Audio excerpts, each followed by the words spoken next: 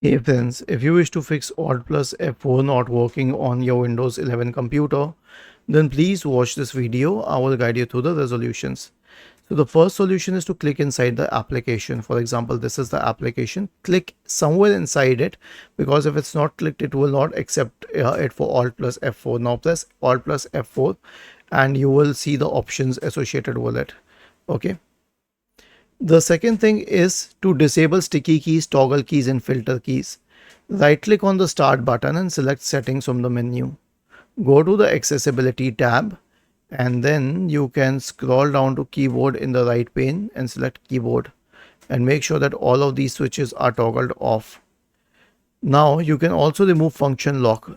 Function lock is on your computer. Either it would be with num lock and scroll lock, or it would be a separate key at the absolute left bottom corner of your keyboard alongside the control key. So press it once and see if it helps. And lastly, update the keyboard drivers. So search for device manager in the Windows search bar and open the device manager. Now expand the list for keyboard drivers. Right click on the first one and update drivers.